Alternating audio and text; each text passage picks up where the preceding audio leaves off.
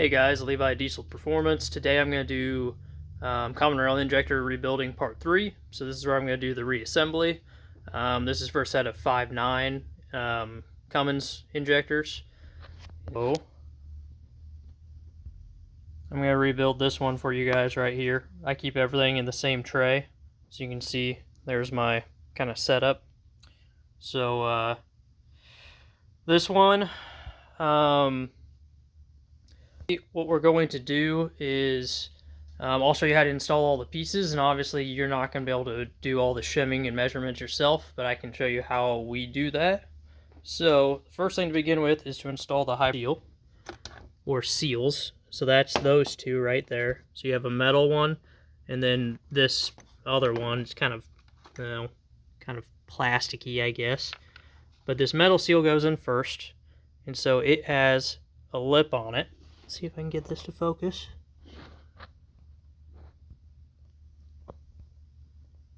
There we go. So it's got that metal lip on it, and you want that lip to face up when you put it in. So go ahead and insert that piece. Here's our body. Make sure it's nice and clean. So I got that piece put in. Now I've got a tool that's going to compress that inner piece. High pressure seal. So you thread this onto the body.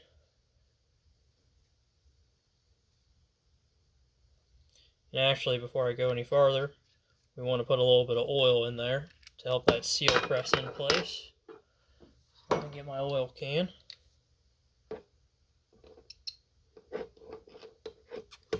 There we go.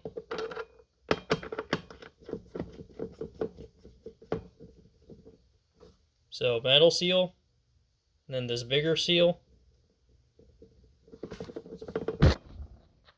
You can see I just stuck it in there. I'm going to press it in place with this.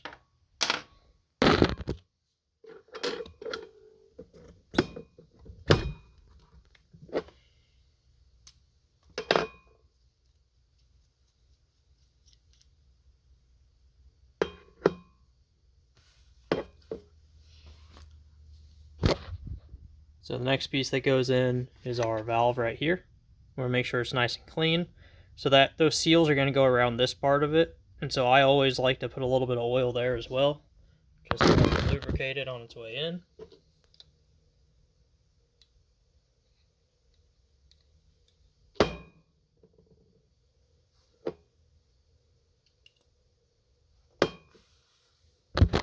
So you just set your valve in like that.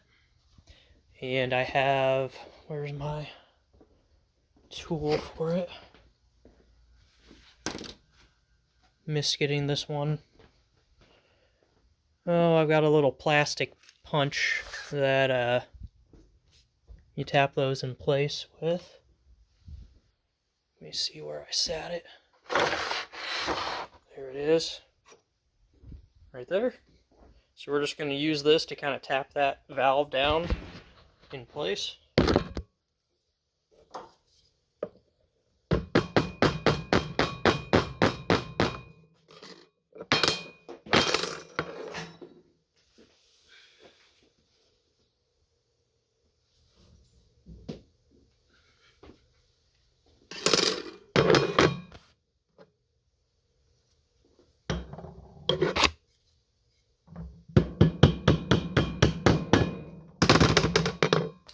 There we go. I sat it on the end of a vise to make it a little more stable. Now you want to be careful. You don't want to mess up this sealing surface right here, this flat part. But now you can see I'm down past, you can see the threads in there. So we're going to put a little oil on the threads, and then a little oil on the nut. So this is the valve securing nut. And there's a right way to put it in and a wrong way. So it's kind of flat on this side, and that side has a smaller surface. So the smaller surface goes down, the bigger surface goes up. Just put a little bit of oil on our threads here.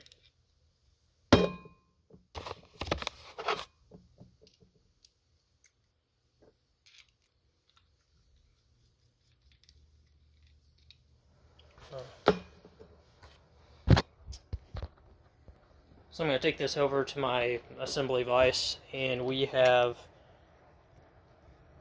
Bosch is big on a single torque. You loosen it, and then you do a further torque. So on this one, what we're going to do is, I've got written down over here, 35 foot-pounds, back it off, and then tighten it to 45 foot-pounds. So I'll go ahead and do that.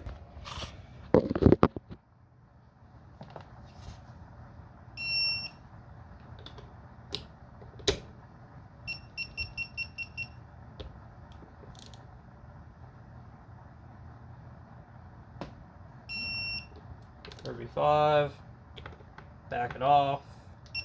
Now we're going to 45.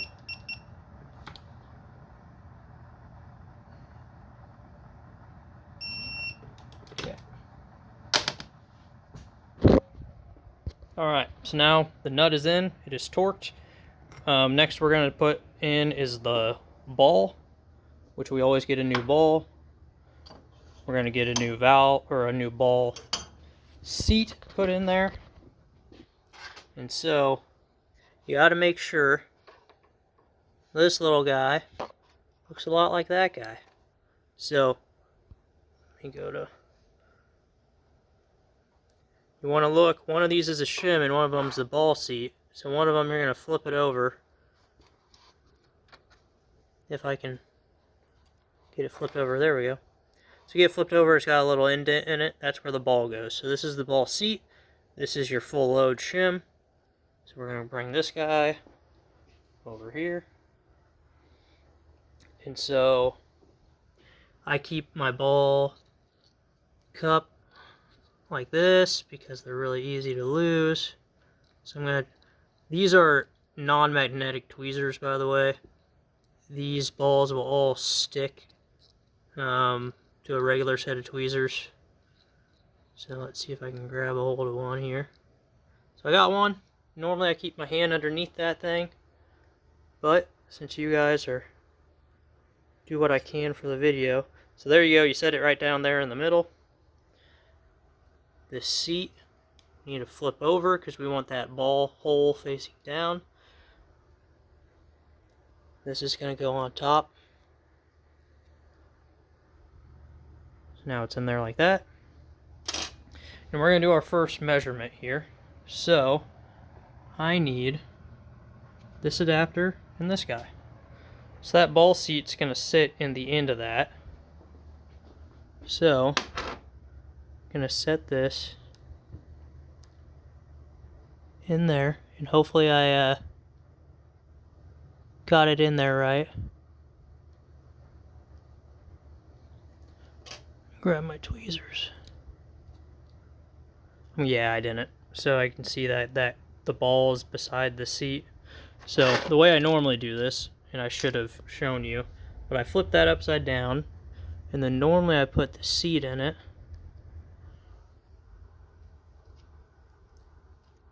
So my seat's in there. And then I put the ball in there.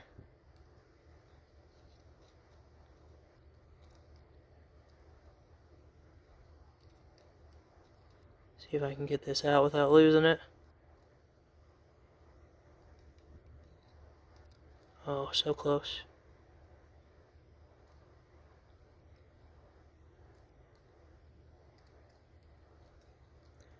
It's really hard to get it when it's down in that little conical section.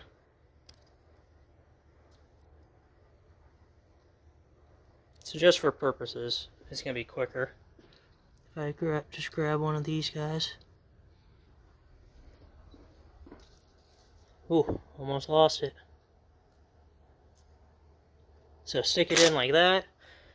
What I'm going to do is I'm going to put that ball just back in my cup. And then I'm going to take this piece, I'm going to basically just flip the body and put it on it.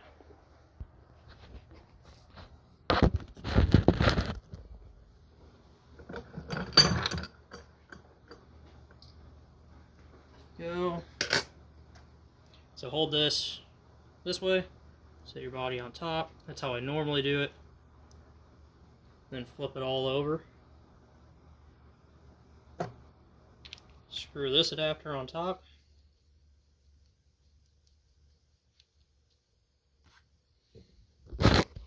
Alright, now we're going to set this in my measuring device here.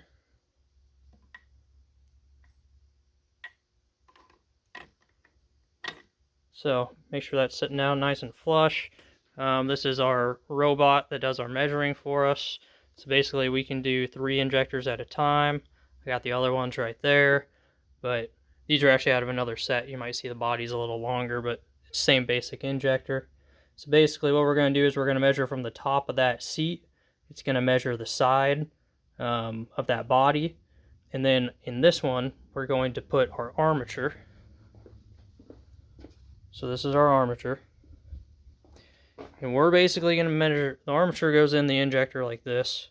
So we're basically going to measure the shim that goes below the armature and the body. So we're going to flip this over so it can measure that.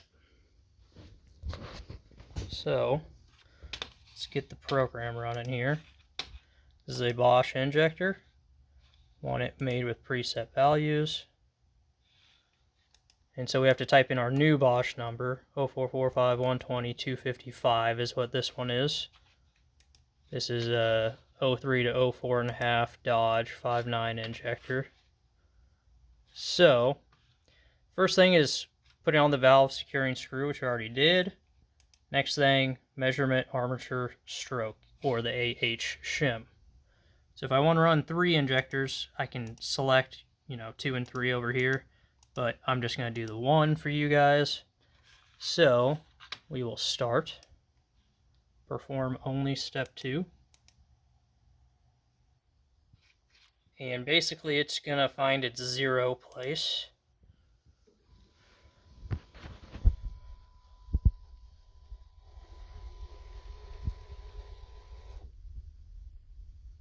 So it's at its origin.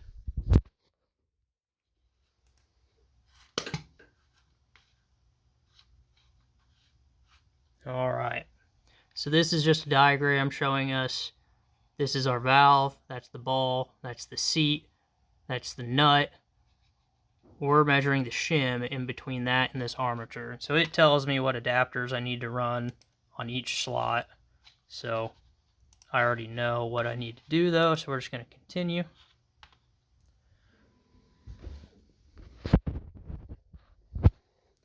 Alright. It's going to go down, it's going to center that little piece. It measures it.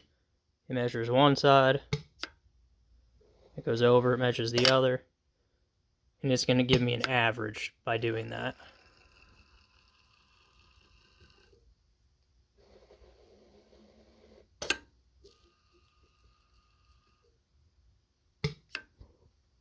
Same thing here. Measure center, measure each side.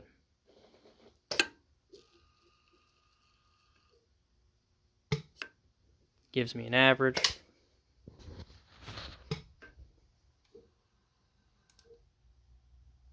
And at the bottom here, it gives me my shim. So it says this is my nominal shim. I can go down to that or I can go up to that, but I want something in this range. Typically on this first shim, I like it to be the nominal or low because it tends to wear in that direction. So 1.007 is what I'm looking for. So I've got my shim boxes here. So 1.007 is going to be somewhere in one of these 2 boxes. So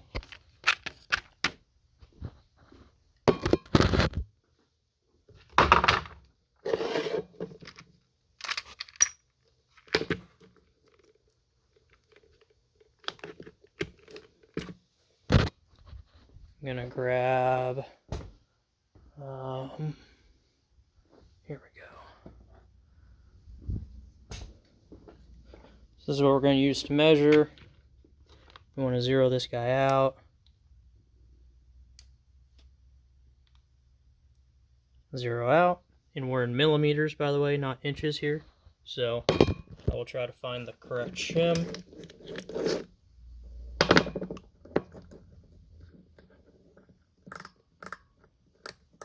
So I measured 1.005, flip it over, I measure 1.005. So my very first shim I got, I'm happy with. So I'm going to take these old shims and get them out of the way right now. So that's my first shim that I've got measured up. Next, we're going to go back here and we're going to measure the shim that goes on top. So we will take the injector out. I'm going to set it to the side there. And then next I use this adapter. And we're going to put our solenoid in there. And so now we're going to measure the shim that goes between that piece and our solenoid. So the shim that goes in between there. So flip that up.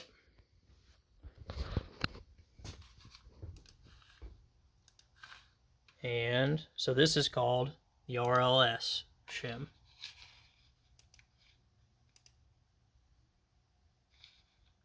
Once again, it shows we got the armature in place. Now we're doing the shim between them.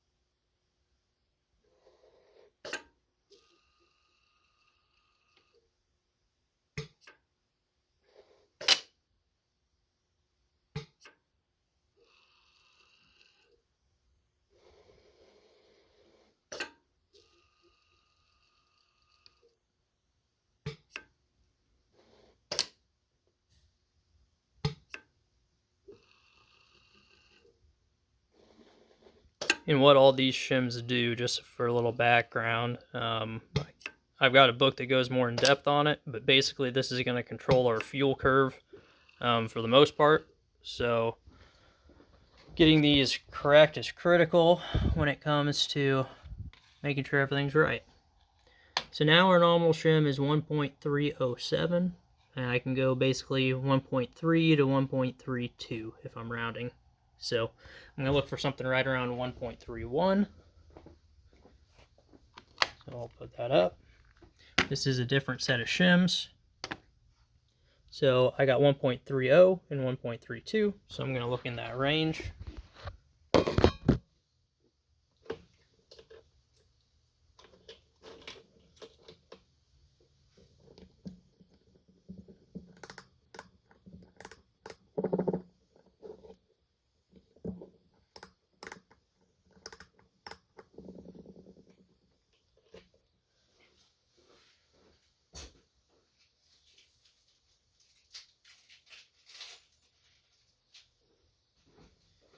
I forgot I actually have a bag of 1.31s over there because it's so common. I kind of keep it separate between the 1.30 and 1.32s. So this one is good. That's going to be my next shim. So now this shim first, that shim next. And now I'm basically ready to put this first injector together. So I will go ahead and loosely assemble that. Give me a second to put those pieces.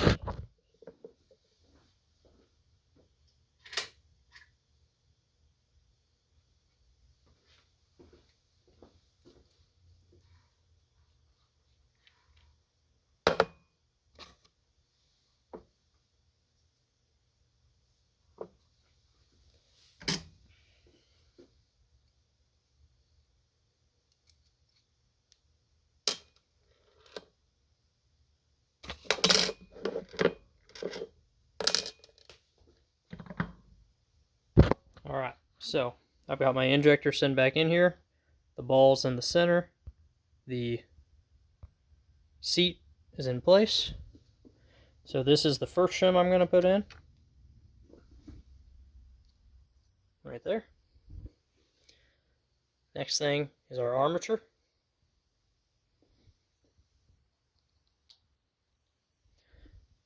Then this upper shim.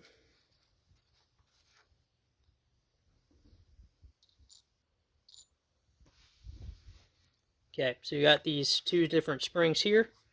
This thinner one is the one we're going to put in first, and it also takes the thinner shim. There's this shim, which you can't hardly see. So I'm looking for the smaller one with the smaller spring. And these are going to go, this is basically what is holding and returning my armature after it actuates. So it goes shim first, then spring. And then next we're going to put our solenoid. So there is an O-ring in the top of that cap. I'm going to oil it up. I'm also going to oil the new O-ring on that body.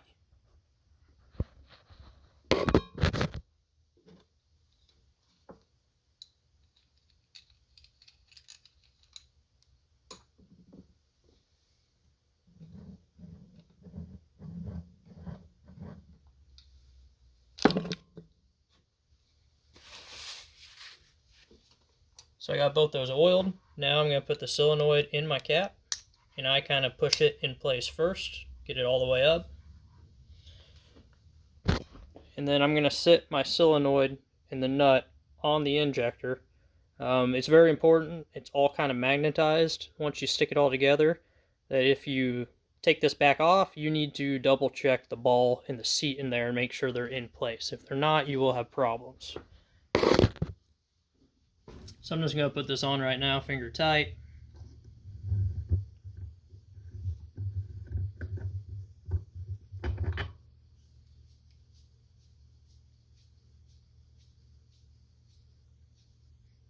Okay.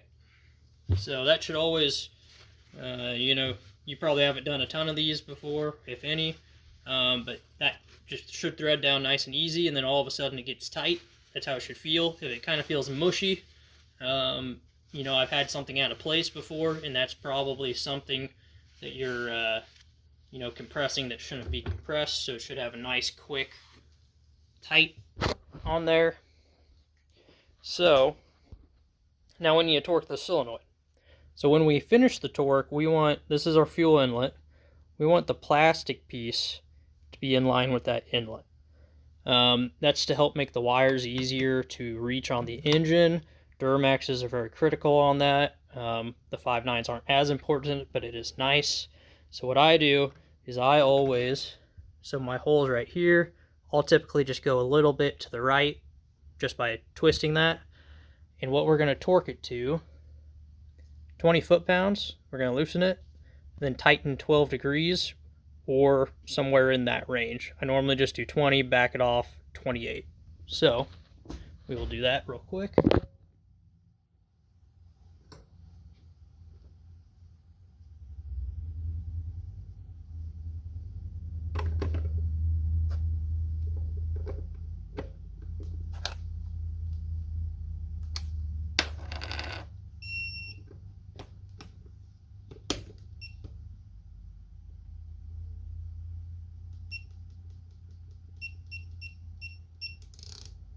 So 20 foot-pounds, loosen it, and then 28 degrees, 28 foot-pounds.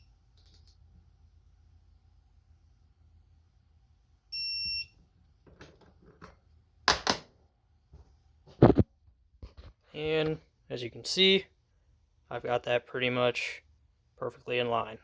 So the next step, and there is a way to measure that shim, that little shim we put on the small spring.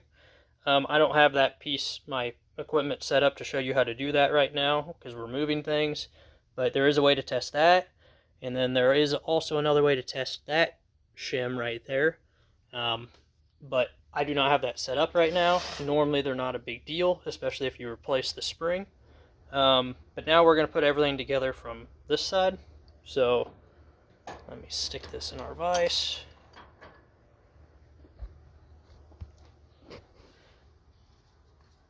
So this shim goes in first. And make sure everything is nice and clean when you're putting all this together. These rags I have them on are low lint rags to keep lint from getting in and plugging my filter. So you have a spring for your shim, spring, and then I update these. So the update is to put this piece in.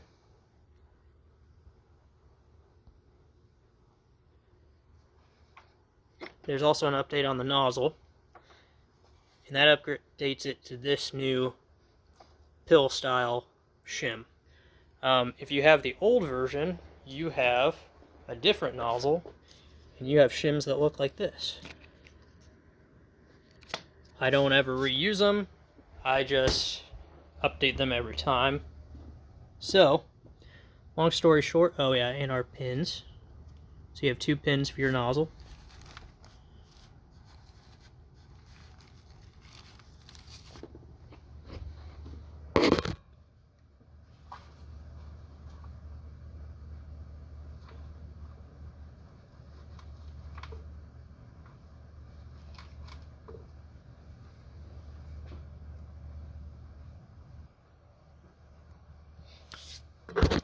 So the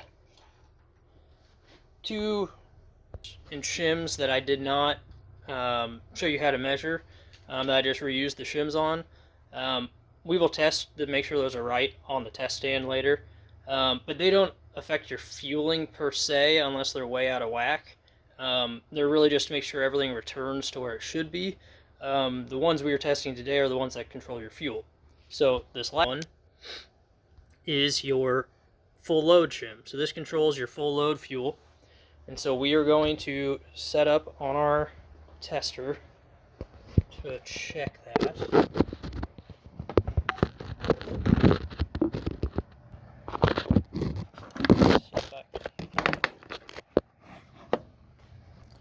So, sorry, having technical difficulties here. Gonna put that back. So,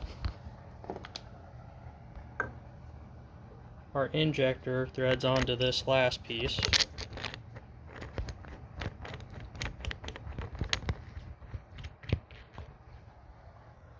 Alright.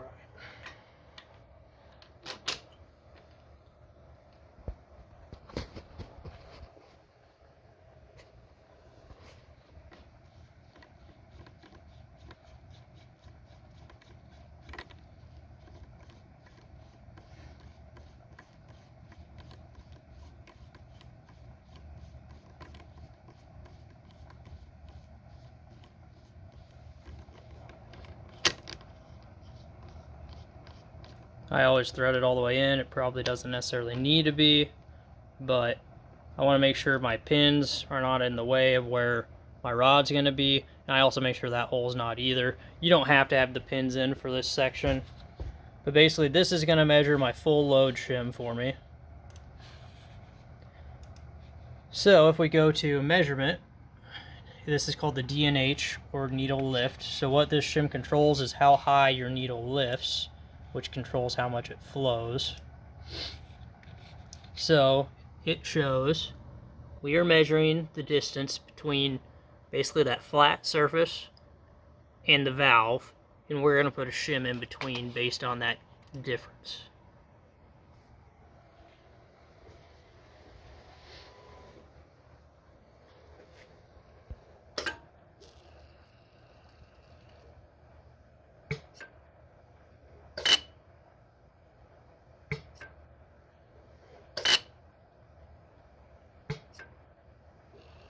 Pretty quick measurement on this one.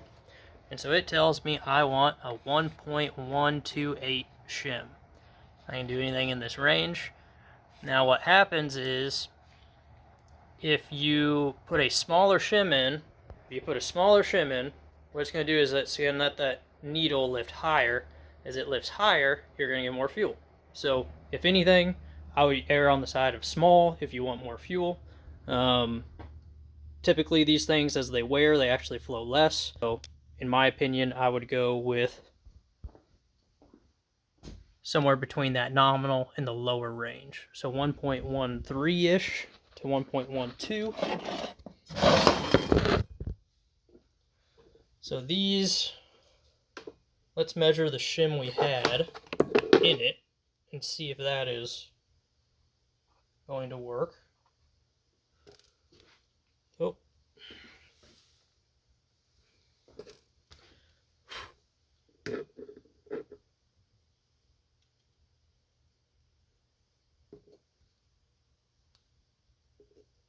This is always kind of a hard one to measure.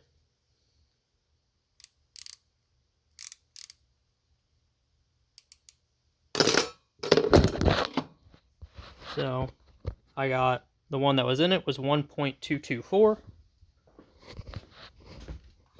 And so that is just a little bit below my nominal shim, so that's perfect for what I want to reuse this. So I will grab my injector, grab that shim,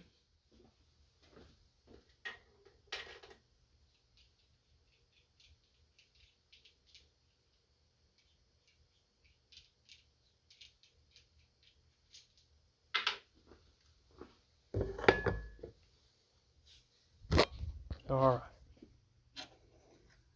So we want to put in this piece next, and it goes, so there's a flat side to it, and then there's that indented side, I guess I would say. There's a flat, there's a spot that's going to sit around your nozzle, so it goes in this way. There we go. Our shim, I'm going to loosen this, let the shim fall.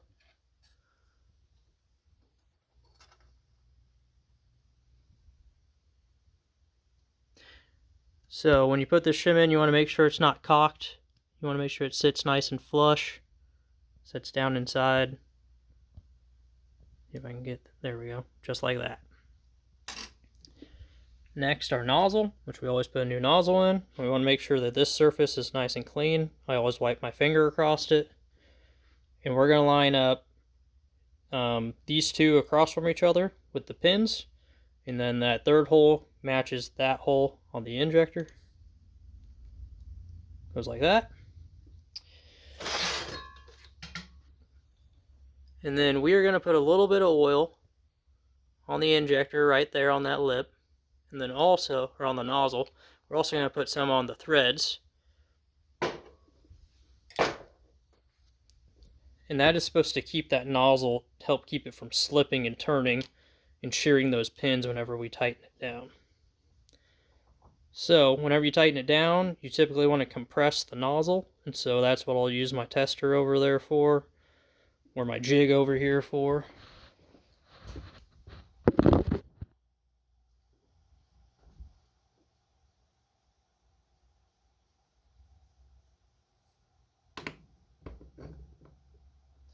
It's going to be a 15mm wrench.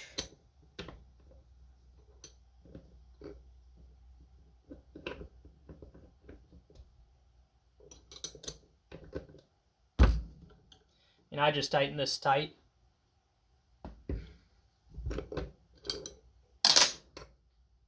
Now we're assembled. So at this point, I would put my O-ring on the body right here. I would put the ball, and where is it? The ball must have disappeared from this one. Let me find it in one of these other trays. There it is. So we will put that ball back in where that solenoid has that hole, and put this guy back in as well, and that's going to keep it from leaking out of there. This just pushes right back in place, and then when I'm all said and done, we put a new body O-ring, new copper, and a new inlet tube O-ring with each injector. So that's that. Most of the time when I rebuild these using that robot there, I've had really good success rate. Like I said, I kind of make them to where they'll maybe flow a little more than stock, if anything. So, you know, I'll put them on and it's not weird for them to be flowing 5% over maybe, you know, the stock. But I'd rather it be high because it's going to air low as it gets older. But I've had great luck with it. And if anything goes wrong, you know, every once in a while I do have a problem, but that's why we check them. Typically, you just take it apart, put everything back together, and normally it's just something was out of place. Sometimes something was kind of not in the correct spot whenever the robot was measuring. So, you know, if I ever have one that doesn't turn out right, normally I just remeasure everything, put a new high pressure seal in, and then normally everything's fine. So if you have any other questions on rebuilding these things, let me know. But pretty much besides that, what we do is we put it on our 205 test stand right here, this Bosch test stand, and we run it under the Bosch spec. Each test typically has like 6 or 7 different test points. So there's normally 2 leak tests. One's a low pressure leak test, and then one's a high pressure leak test. And we're making sure there's no drips, no leaks, no nothing. After that, there's normally 4, if not 5, fuel specs. So there's full load, which is the first one. After full load, there's typically a torque, there's an emissions, there's a pilot injection. And so basically what those do is, if any of the full load is controlled by that full load shim, but if any of the other ones are messed up, it's something to do with the shimming and the solenoid typically, or your springs up there.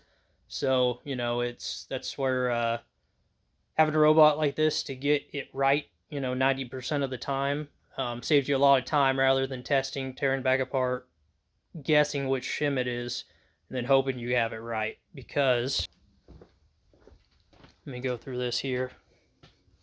So this is kind of a little cheat sheet, but it kind of shows, so your first shim, the AH shim that we measured, it affects everything. So does this air gap, this RLS. It affects everything. So, primarily if I'm off on that torque, I'd probably look at that RLS shim because it affects it the most. That's what the 3 marks means. If I'm off on my VE, which is my pilot, I would probably look at my armature, my AH shim first. As you can see, nozzle needle lift right here. It's the only thing that pretty much affects just one thing, which that's your full load. VL is full load. So I hope that kind of enlightened you guys a little bit on these. I really enjoy rebuilding them. It's kind of fun. And if you have any questions, just give me a holler. Thanks.